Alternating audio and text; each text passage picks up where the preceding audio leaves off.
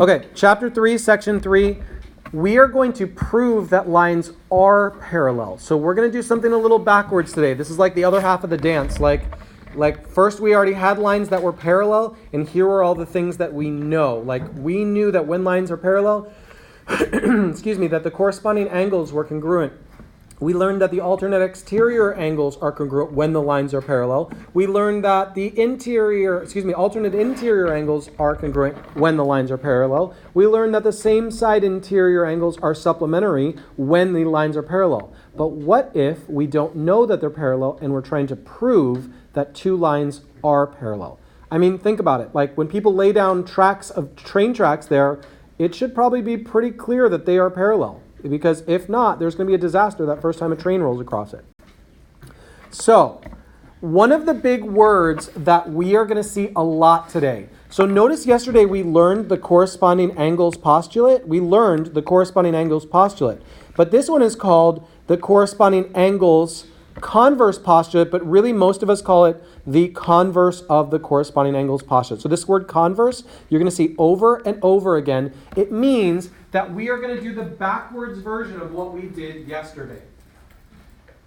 It won't make sense at first, but as soon as I show you, you're going to be like, oh, that makes sense. And it says, if two lines are cut by a transversal, here's a line. Oh, that's not going to show up. Here's a line. Here's a line. And they are cut by a transversal. Now notice here, the biggest mistake that you can do, and this is a mistake that someone in this room will make. Someone in this room are going to say, hey, I know that J and K are parallel. And I'll say, how'd you know that? And they're going to say, they just look parallel. And I go, well, that just looks like a 0 on that question for me. Because that's what I mean. We can't just look like things. There are reasons that they happen. So it says, if two lines are cut by a transversal and the corresponding angles are congruent, then the lines are parallel.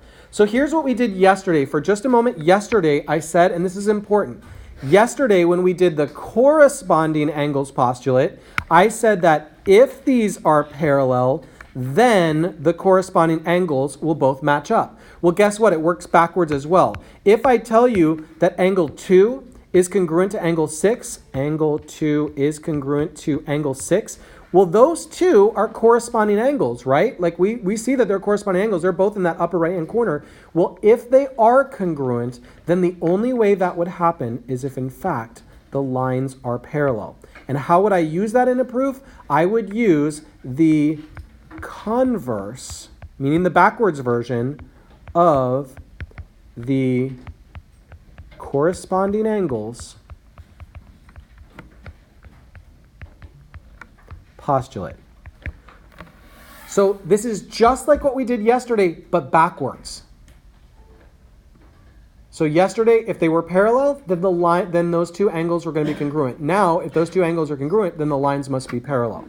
So it's just the backwards version. Any questions on that? Because we're going to do a bunch like this, and I just don't want to pass anything up if you're like, wait, I don't get what's going on there.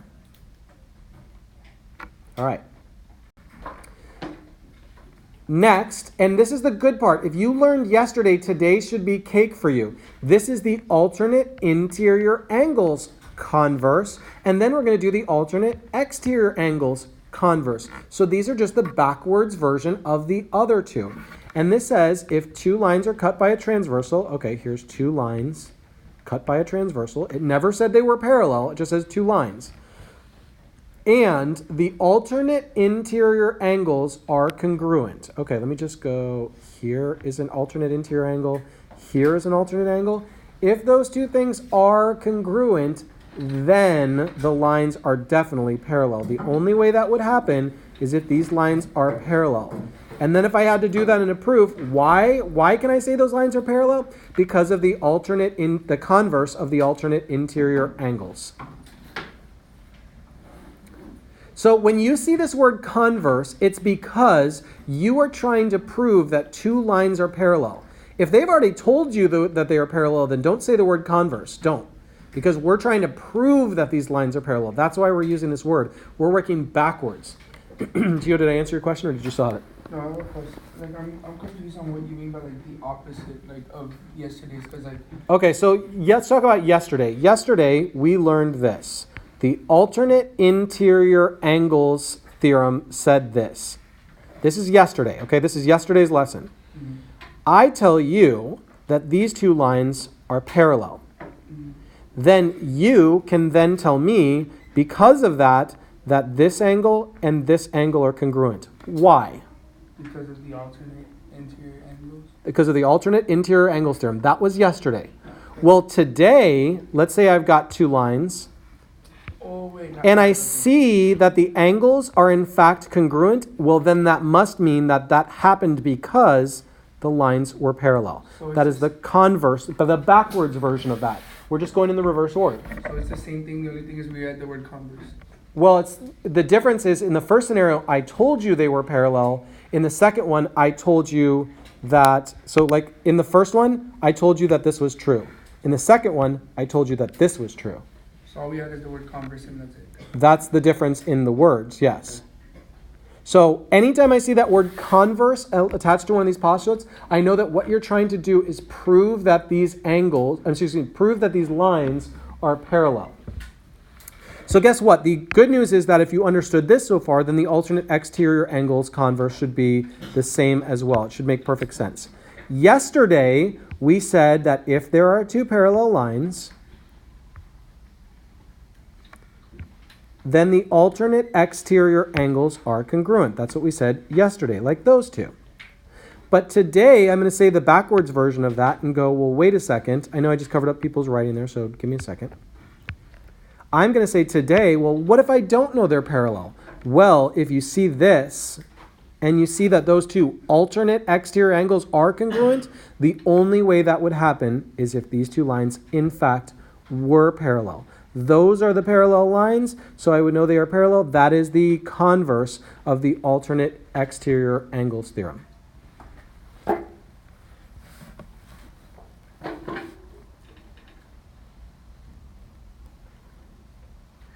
A lot of people get these mixed up because they're not sure when to use one or the other.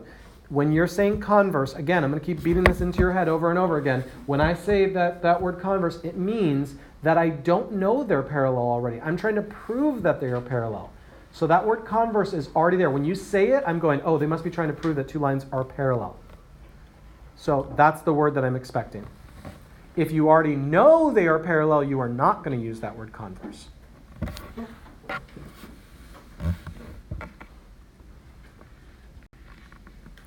Okay, so here is the same side interior angles converse, or the consecutive interior angles converse. Same side interior angles converse.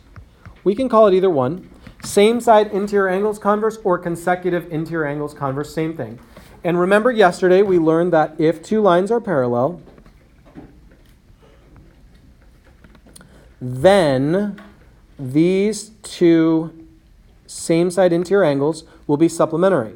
Well, now I'm going to have a backward situation where let me do this and I go, okay, well, I don't know that they're parallel, but I see that this one is 40 degrees and this one is 140 degrees. Well, those two angles are supplementary. Because the same side angles are supplementary, the only way that would happen is if these lines were in fact parallel. And that is the converse of the same side interior angles theorem, or the converse of the consecutive interior angles theorem.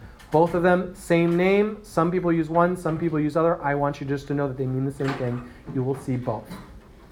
Oh, wait, I have a question. Okay. Would that mean that, so you have that angle that's 40 degrees? Uh-huh. What about on the other side, next to 140, that angle right there, would that be congruent to 40 degrees? Yes, but it takes some steps to say that. So here's what she's asking. She's saying, is it true that since this is 40, that this one will be 40 as well? Yes, but for two reasons. Number one, whether the lines were parallel or not, that one would always be 40 because that is a linear pair right there. So that's definitely a linear pair. It adds up to 180. So for that reason, it would be 40 degrees. Or once I have gotten to the point, once I see that I'm like, oh, these two are supplementary, that means that these two are parallel. Now that the lines are parallel, I can say, well, alternate exterior angles says that those two will be the same as well. So there's a couple different reasons why, but first I need to establish either that linear pair at the bottom, or I need to show that these lines are parallel first.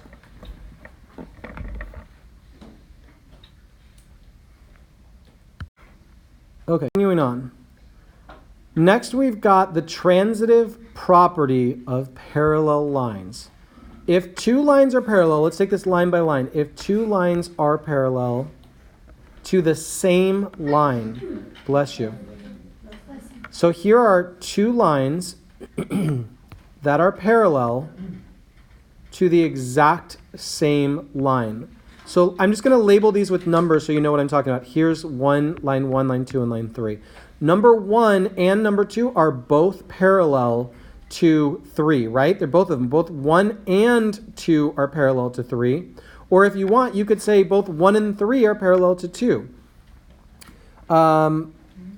When we are looking at that, we could say that they're all parallel then. If 1 is parallel to 2 and 2 is parallel to 3, that's why we call them transitive. If we say that the first line and the second line are parallel, and the second line and the third line are parallel, then they all must be parallel. And that's what we're looking at there, is that they all must be parallel. His question is like, is there a way to write that, but not this way because that's really not what we should call this.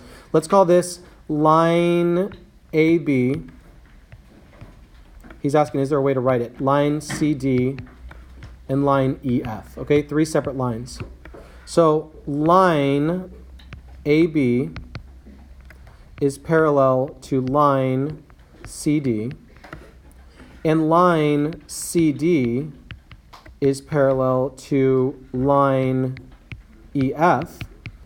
So notice they both have that mutual friend. They're both parallel to CD. The first one is parallel to CD, and the second one's parallel to CD. So it must mean that AB is parallel to EF. That is the transitive property of parallel lines. Continuing on. Here are some ways that you can show that two lines are parallel. These are 5 different ways that you can prove that two lines are parallel. This is so super important because these are the things that, how can you show me that they are parallel? Not because they just look like it. That's not an option at all. You can show that a pair of corresponding angles are congruent, just like we did on the first slide. So if you see that a pair of corresponding angles are congruent, fantastic, then those two lines are parallel.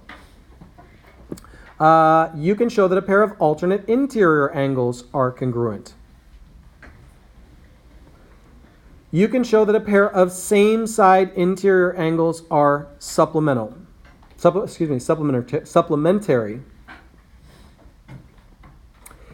In a plane, you can show that both lines are perpendicular to a third line. That's what we just did, that transitive property.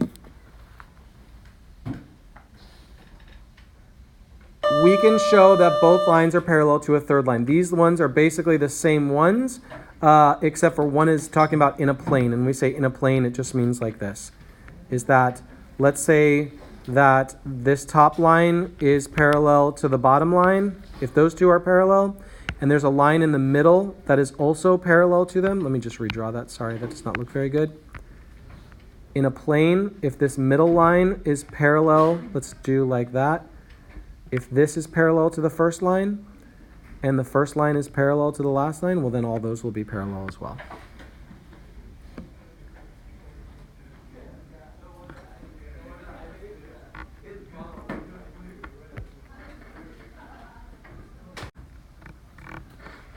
All right.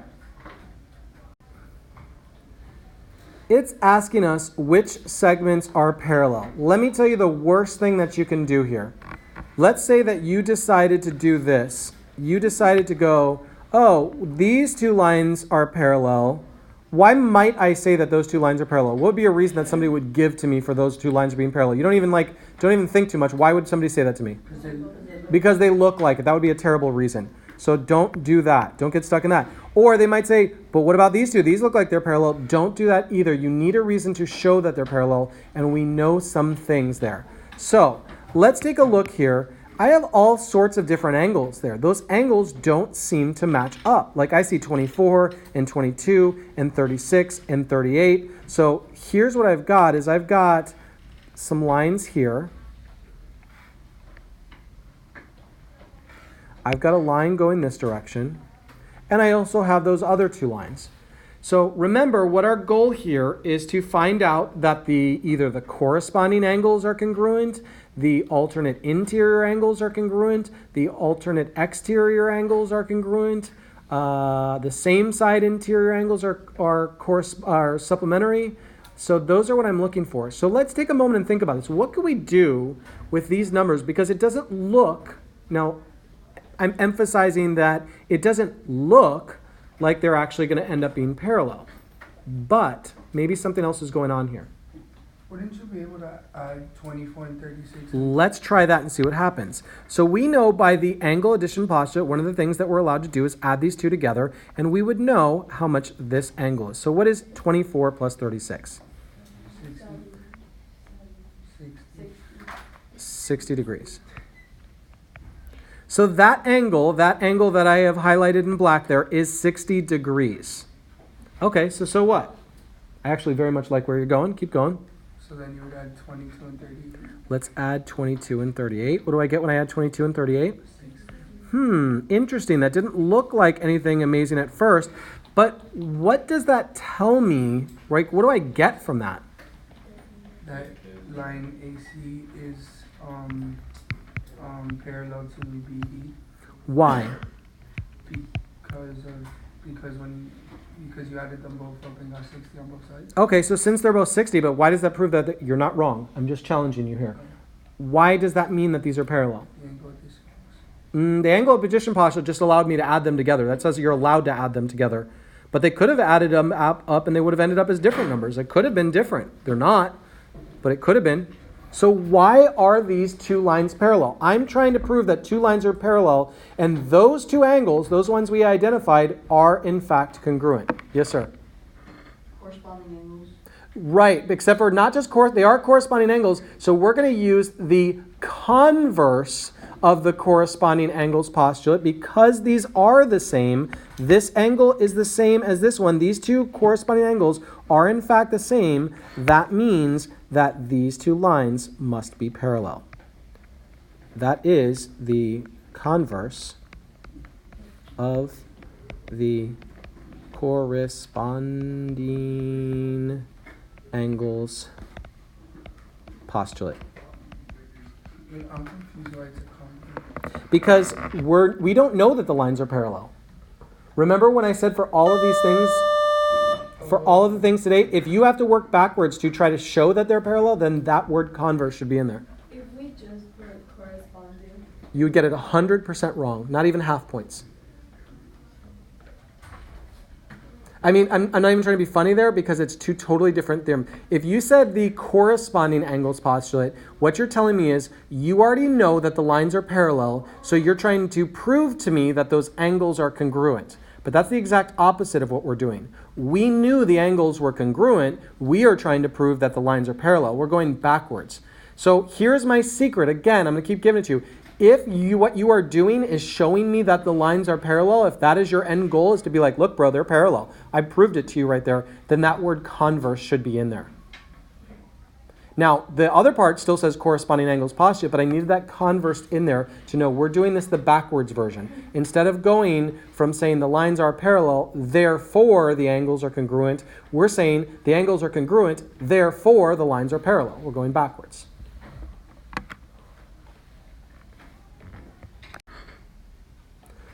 What value of x makes AB parallel to CD? Gio, I love your energy. I'm going to pass you up only because I know you are killing it right now. Susie, what do you got? So I need a y though. Like I like 50, but I need a y. Talk to me. Because, I mean, the AB is equal to 90 because it's a right angle. This line segment right here, AB is 90? Yes. I mean, ABD. ABD, that's fantastic. ABD is definitely 90. I see that. That's 90 degrees. And then you know that D is 40. D is 40? Wait. Let's add a letter here to make this easy. How about, you're right, that is very difficult because it's now. How about now? So you know that DE, oh wait, no, can you like add a letter? Where do you want it? Here? Yeah. Okay, so see, how about F? You know that FDE is 40? Okay. And you're trying to find CDE? I mean, it has to be equal to ABD, so it has to be equal to 90, and then 90 minus 40 is 50. So what she's saying is that the combination of these two angles together, x plus 40, has to be equal to 90. That's the only way they are going to be parallel. Now, some of you in your head are just going, well, I know 50 plus 40 is 90. But let's do this algebraically, because in a proof, you don't get to say, did it in my head. So we know x plus 40. We're going to subtract 40 from both sides because that's the subtraction property of equality. And we get x is equal to 50. So it is definitely 50. X would have to be 50 degrees because that would make this entire thing on the right 90, and then they would be parallel. So what reason would I say they're parallel? Now that they're both 90, what am I going to use as the reason as to why they are, like, what would be the justification, the statement, the reason portion, the right-hand side of my proof? How would I explain that? What am I going to write over here? What did we write on the last one? Definitely going to use the word converse because our goal is to prove this. The question is, converse of what? How are those two angles connected to each other? This angle over here and this angle.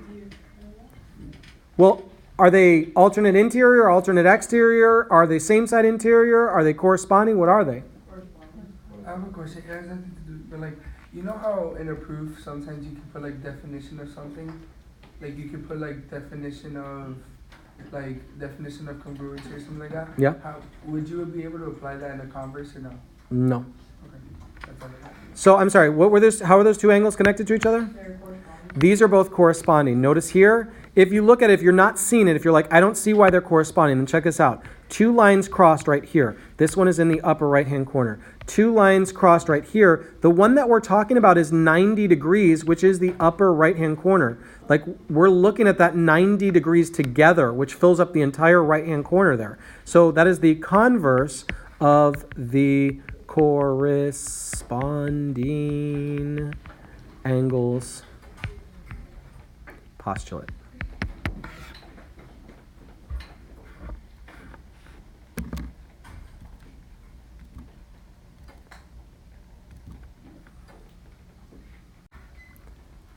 Comes a little bit of a tricky one. Find the values of x that make j parallel to k. So we're going to have to find two things.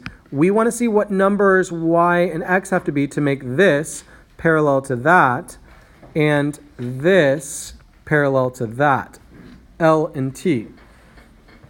So let's talk about what we see there. Let's just talk in plain English of things that we know and things that you might be like, okay, well, could we do this? That's okay. This is a great place to ask questions. Could we do this? Sure, I'll be glad to answer those questions whether we could. For the connection between 60 and 2y, would that be alternate interior angles? Beautiful. So just for a moment here, what he's looking at is just that, sorry, let me move it. It's different on my screen. Just that part right there. If you notice, there's two blue lines there and a red line coming across them. If they are parallel, then what would be true about those two things? They're always alternate interior angles, but what's true about these alternate interior angles? They'd be congruent. Alternate exterior angles. So if they are congruent, we would see that 60 is equal to 2y, in which case y would be equal to 30. Okay, well now we need to figure out what x would be. So x is up there. So we know that that y is 30 down there. We need another connection between two angles. You need to make connections between two things and go, well, these two angles are this. These two angles are that. Yes, ma'am? 60 and 3x are corresponding. Beautiful. Well, look at this. I move it down like this. If you're only looking at that portion right there, then 60 and 3x are both in that lower left-hand position. So they are corresponding angles. And if we're trying to make these lines parallel, then if they are parallel, then what would be true about those two things? 60 and 3x. What would be true about them? They would be congruent because they'd be corresponding angles. So 60 is equal to 3x, in which case x is equal to what? 20. So what numbers would I need? I would need x to be 20 and y to be 30 to make this all work out. Wait. Oh, I see what I did. Okay. Because what I did was I put that like 2y equals 30 degrees when it's just y equals 30. Right, it's y is equal to 30. Yeah. He's saying that he put 2y is equal to 30 degrees. He kind of wrote it like this, which that is not 30 degrees there. That's 2 times 30, which would be 60 degrees. That's why those alternate interior angles wouldn't match up, because that's not what we said. We said y was equal to 30. Yes, ma'am? Can you explain why why 60 and 3x are corresponding? Y 60 and 3x are corresponding? Yeah. Okay, so there's kind of like a hot mess of lines here that's going everywhere. So here's what I'm going to do. Notice that 3x and 60, neither one of them touch that bottom line, right? They don't even involve that bottom line. So I'm going to get rid of the bottom line for a minute by just bumping it off the screen. It's not even going to like be in my eyesight, so I don't even get confused by it. So now I'm looking at those two lines, and why are they corresponding? Because if you look at this little crossroads here, and you look at this little crossroads here, this is the upper left, upper right, lower left.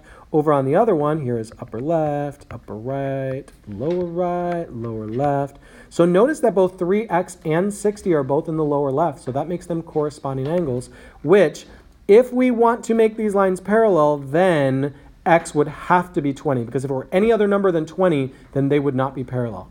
Thank you. You're welcome.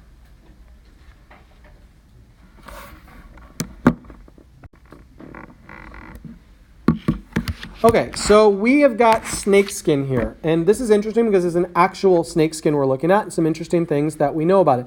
How can you tell whether the sides of the pattern are parallel in the photo of a diamondback snake? So what we're doing is we're taking a zoomed in look at this piece right here, and we're moving over here.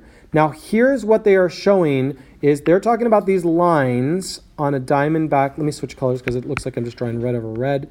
So they're talking about these lines right there, and they're trying to say, what is it that they're asking us? How can I tell whether those sides are parallel? But they've given us something. They must have gone, some foolish math teacher must have stuck his hands too close to a diamondback snake, deciding to measure these angles, and has found out that this angle is congruent to that angle. But how can we use that to say this? Yes, sir.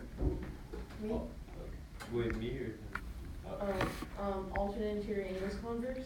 The converse of the alternate interior angles theorem says that since these two are congruent, the only way that would happen was if those lines were parallel. So he's right. He's proving that they are parallel, so that's why he put the word converse in there. Like, notice that I drew those triangles in there. Like, they weren't there.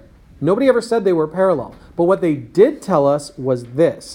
They did tell us that this angle right here was congruent to that. They didn't tell us in words. They drew lines there. And those lines mean that they're congruent. And since they are congruent, it means alternate exterior angles. The only way alternate exterior angles would be congruent is if those lines were parallel. I'm confused because like for that, I would have put alternate interior. Right, but are we not trying to prove that those two lines are parallel? Wasn't that our goal? But wouldn't it- How can you tell whether the sides of the pattern are parallel? So I am trying to prove to you that they are parallel. That is my goal. Yeah. I already know that the angles are congruent. They already said that. I am trying to prove that those lines are parallel. Anytime you are trying to prove that lines are parallel, you're using that word You converse. just said alternate exterior. Did I say alternate exterior? I'm so sorry. If I said alternate exterior, I meant alternate I interior. was confused. My apologies. If I said exterior, I meant interior. Sorry, my brain was so wrapped up in the converse part that I wasn't thinking about the interior exterior. So if I said exterior, I'm sorry. Those are definitely interior angles. My apologies. What would be exterior angles in that case? So in this case, which ones would be alternate exterior angles? This one right here and this one right here. Or this one right here and this one right here. Notice they are on the outside of those yellow lines. They're on opposite sides of the transversal.